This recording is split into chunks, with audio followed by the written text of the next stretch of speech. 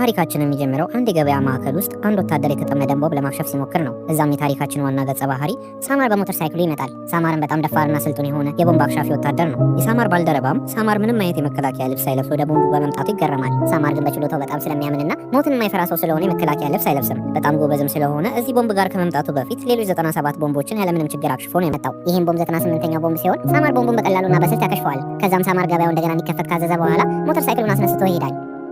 አንድ ሰላም ያለው ሐይቅ ጋር ሄዶ ካምፕ ካደረገ በኋላ ያረጀችውን ዳያሪውን አውጥቶ የዛሬውን ገጠመኞቹን ጽፎ ይተኛል።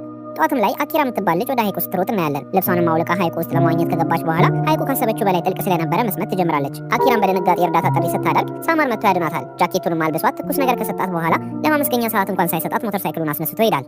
በኋላም ላይ አኪራ ሐይቁ ጋር ስለነበረ ክስተቷ ለስራ ባልደረቦቿ ትናገራለች። አኪራም አንድ ፊልም ድርጅት ውስጥ ሲሆን የምትሰራው ለስራዋ ትልቅ ቦታ ነው ያላት። ብዙም ሳይቆይ አለቃዋ ካትሪን ስትመጣ አኪራ ካትሪንን እኔም ከእናንተ ጋር ለቀረጸ ወደ ለንደን ልሂድ ብላ ለምናት ካትሪን አይቻልም ብላ ትመለሳለች። አኪራም የተበሳጨች ወደ ክፍሏ ከሄደች በኋላ የድሮ ፍቅረኛዋ ደውሎ እንደገና አንድ ላይ እንሁን ብሎ ይለምናታል። እሷ ግን ከተፋታን 6 ወር አልፎናል ደርሳኝ ብላ ስልኩን ዘግታ በብስጭት የሳማርን ጃኬት ትጥለዋለች። በጃኬቱም ውስጥ ሳማር ሳያወጣው የረሳው ዳያሪው ይወርቃል። አኪራም አላስችል ብሏት ዳያሪውን ከፍታ ማንበብ ትጀምራለች። አኪራም ዳያሪውን ማንበብ ስትጀምር ታሪካችን ወደ 10 ዓመት ወደ ኋላ ይወስደናል።